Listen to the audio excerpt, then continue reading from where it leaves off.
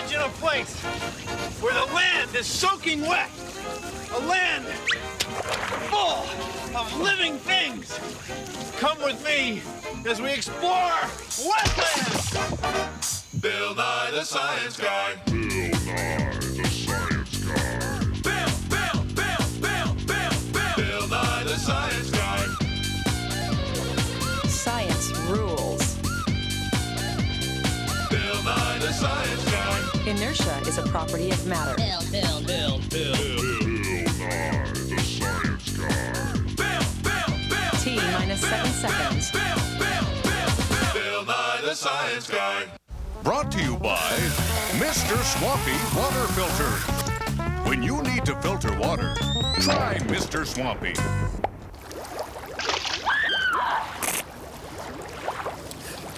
Oh, hi. This is a wetland. A wetland is any place where the land is wet. That's what I got the idea for the name. A place like a swamp, bog, or a marsh. Now, wetlands have soil soaking wet with water. They're beautiful. They're fabulous. They're wetlands. Wetlands. Wetlands. Wetlands. Wetlands. Wetlands. Wetlands. Take a look at these. There are miniature wetlands of science. So over here we have a model of a wetland. It's full of plants. Now the kind of plants that grow in wetlands like to be soaking wet at least part of the year. And back here we have a lot of water. This would be the water that might come from a big rainstorm, and it's a little bit muddy. Watch what happens when we let this water flow into the wetland. So the water goes downhill, but not that fast. The plants and the roots of the plants slow it down a little bit. They hold back the dirt particles and let them settle out. Now, an area with this many plants is going to have a lot of things that might eat plants and things that eat plants. It's going to have a lot of wildlife. And look, the water that's coming out the other side of the wetland is cleaned up a little bit. It's not nearly as dirty as the water that went in.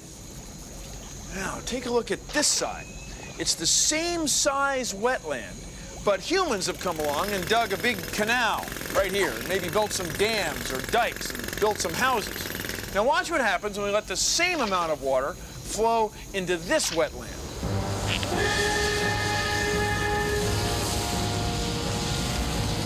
Water's going down and overflowing the side of the dam or dike, right into the front porches of those houses. And the cars are washing away too. See, there isn't as much land to soak up the flood. And also, the water stays muddy or dirty. And with all these houses and people around, there isn't going to be a lot of wildlife. So wetlands do three things. First of all, they help control floods. They soak up the water that flows into them. Secondly, they filter the water naturally, kind of like a giant coffee filter. Thirdly, they provide a home to a lot of living things, especially wildlife. Wetlands are beautiful! Wetlands are beautiful! Wetlands are beautiful! See? New this fall on Nispan, Little House on the Wetlands. There are all different kinds of wetlands. Oh yeah, there's swamps, bogs, and marshes. This is a marsh. You can tell because of the weeds and reeds that grow around here. If there were tall, twisty trees, then there might be a swamp. And if the soil were this thick mat of fibrous vegetable matter, that might be a bog. Now, there's wetlands all over the world.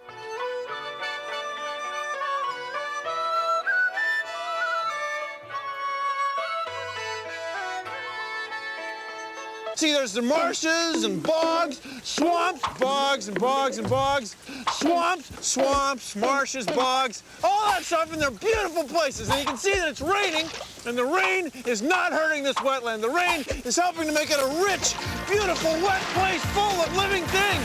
Hey, Science Guy, free pizza.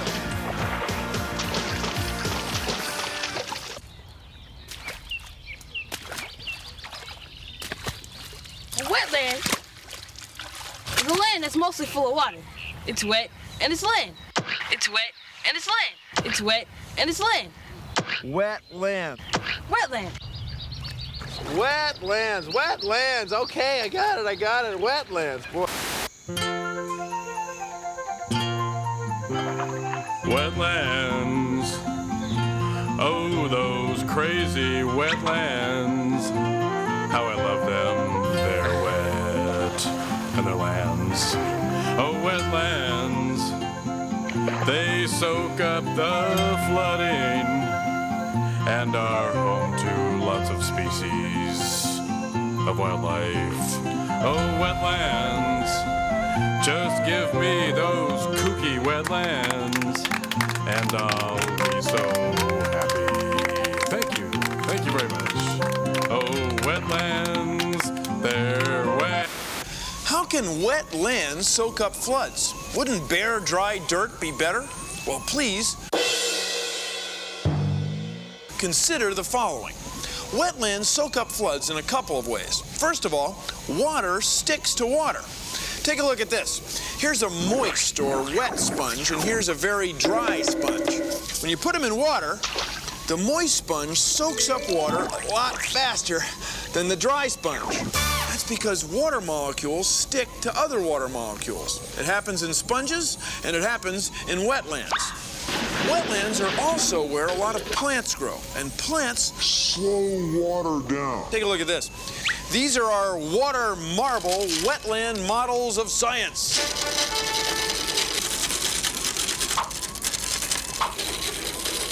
Bill? The marbles are like water, and these pegs are like the roots and stems of plants in a wetland.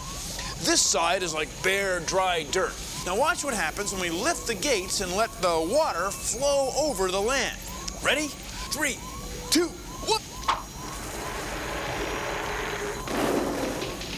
3, 2, 1.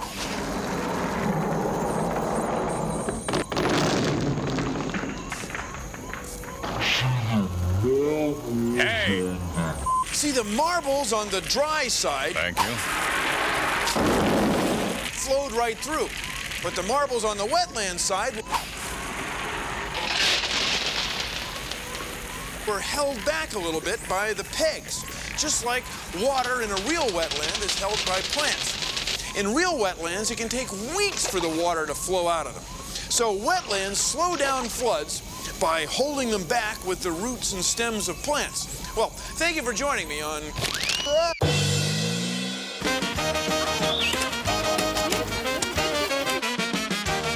We're trying to make a trail through the wetlands here because most people look at wetlands as just being useless and having no purpose. Wetland is a great purifier with all bacteria that's in there and everything.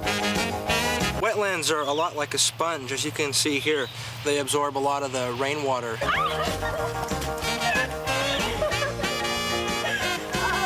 It's really quite fun to work in the mud.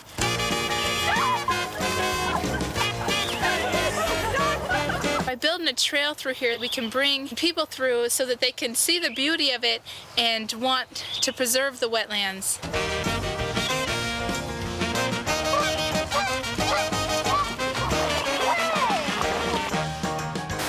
The thing is, people think wetlands are more like wastelands, and that's a bad thing. Man. Wetlands!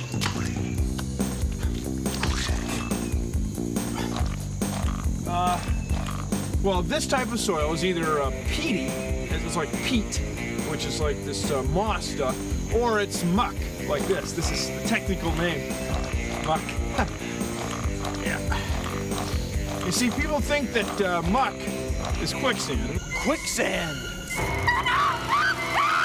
Like you see in the movies, is really, really, really wet land. Wet! Land! Wet! Land! Now, quicksand probably happens where there's an underground source of water, like a spring or a stream. And the water coming up through the sand pushes the sand grains so far apart that they're just barely touching, so that the quicksand is mostly water. Now, some people think that when you fall in quicksand, it will suck you down and you'll disappear. well, really, you would just sink. So you might be walking along on what looks like solid ground, then you come to a quicksand pit, and you sink. But really, you're just sinking in water. So if you could turn over and float on your back, you should be okay. On your back. Okay, he's all right. He's all right. He's all right, aren't you? Just lie on your back and breathe for a while, and then about getting out of the muck. I don't really have that worked out yet, but you wouldn't drown. Have the rope? Oh, that's great. Oh, that is nice.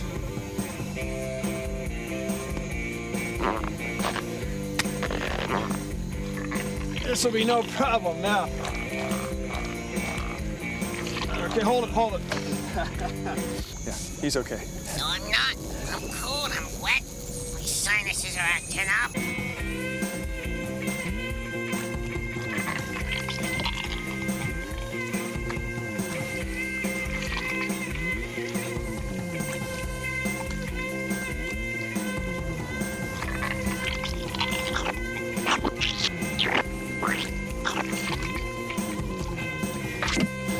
There you go. Great job.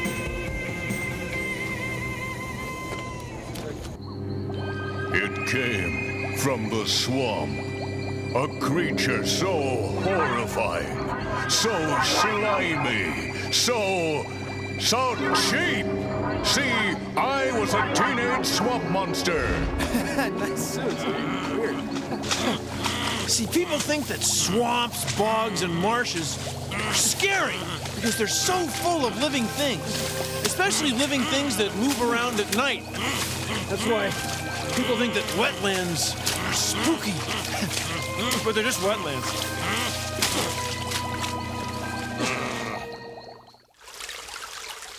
This is the soil of a wetland. And this soil is full of living things. The wetland is formed where the stream is running through the forest floor. Now, the nutrients in the soil are naturally being washed downstream all the time as the water flows. And the saturated soil right here, right next to the stream, is very narrow, but it's still a wetland. From up here, it's easy to see where the lowlands are, where the silt and stuff that washes downstream settles. And it's good to grow things there because the soil is rich. It's full of stuff, fertilizer, nutrients. So things grow here, great. It's a wetland. This is an estuary. It's where water from this river mixes with water from that bay, from the sea. Now around here is a wetland. This is where the detritus is holding living things that fish can feed on. So without the river and the estuary and the wetland, there wouldn't be any fish here. Beautiful, isn't it? Many of our most valuable fish and waterfowl resources are found in marshlands and estuaries along our coasts. Destroy estuaries, and you destroy vast spawning, nesting, and food-producing areas. Yet developers are filling these wetlands for homes at an alarming rate. Is this using our resources wisely?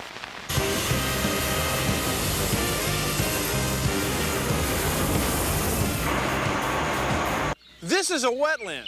It's being filled in so that humans can build some more buildings. Let's go to the chalkboard.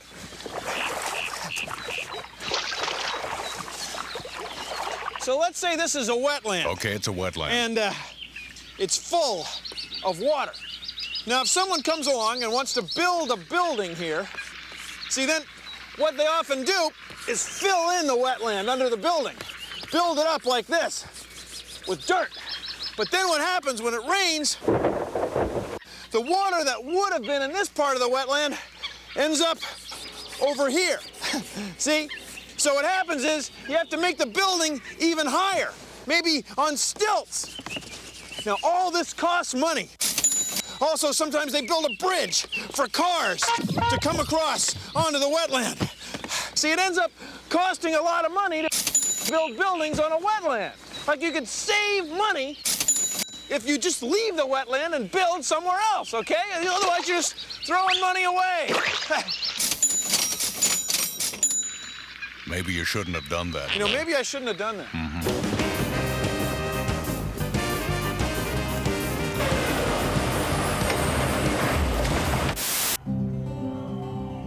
This is a wetland that Native Americans call a prairie. It's a peat bog. Can you see it? It's a river of soggy soil. And every year, as plant material dies and leaves fall to the ground, the soil gets smushed down, compressed. Some of it's tens of thousands of years old. Hey, where are you going? Hey, careful. Finally, a scent so powerful, it can only come from the finest decaying organic materials. Introducing Eau de Bob by Estuary Lauder.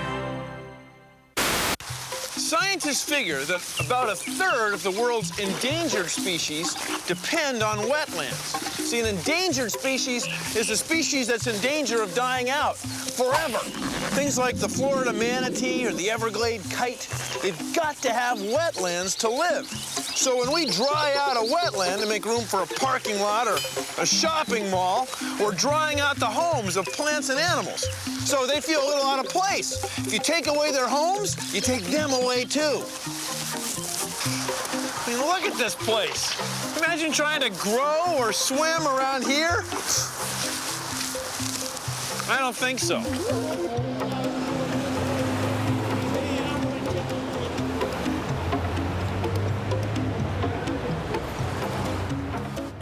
Look at that city. It's huge. And it's built on a tide flat, what used to be a wetland. Lots of living things there. But once the city is built, nobody is ever going to say, well, let's tear it down and put the wetland back. I mean, it's never going to happen. Now, we covered over the wetland to build a street.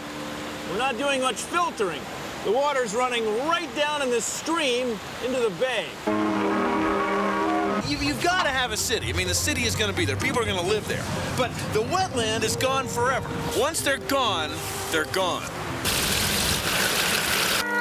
If people can learn to conserve water and not tax the natural habitat, then both should be able to survive quite well.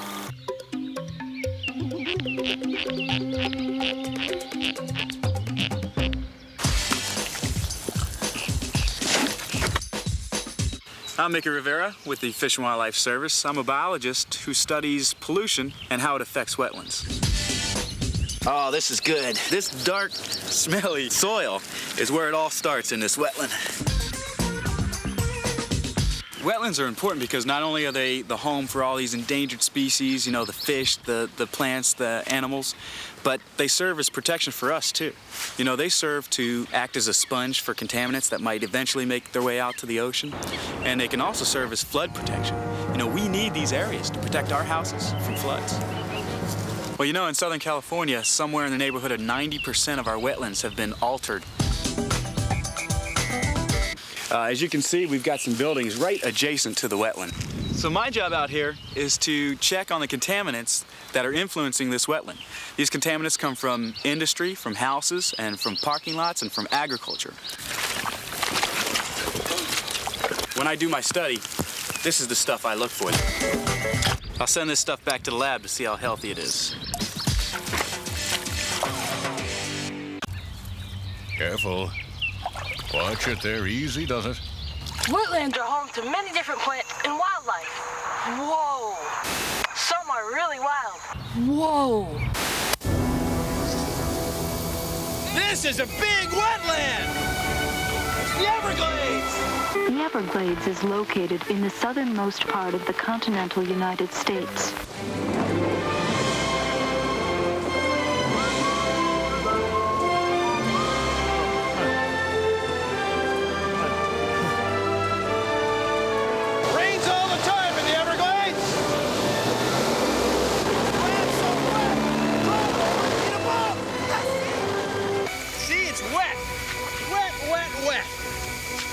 I can see. It's a wetland. It's a great day for airboat, huh? Great day for airboat. Yeah, it's a great day for airboating, yeah. You see where the plants are growing in the water attached to the soil and the plants are growing on the land attached to the soil? That's because the soil is so full of water, there isn't much difference between being underwater or on the land. It's wet. Well, it's a wetland, hence the term. It's a wetland! It's wet! It's a wetland. It's fabulous. Wetlands are great.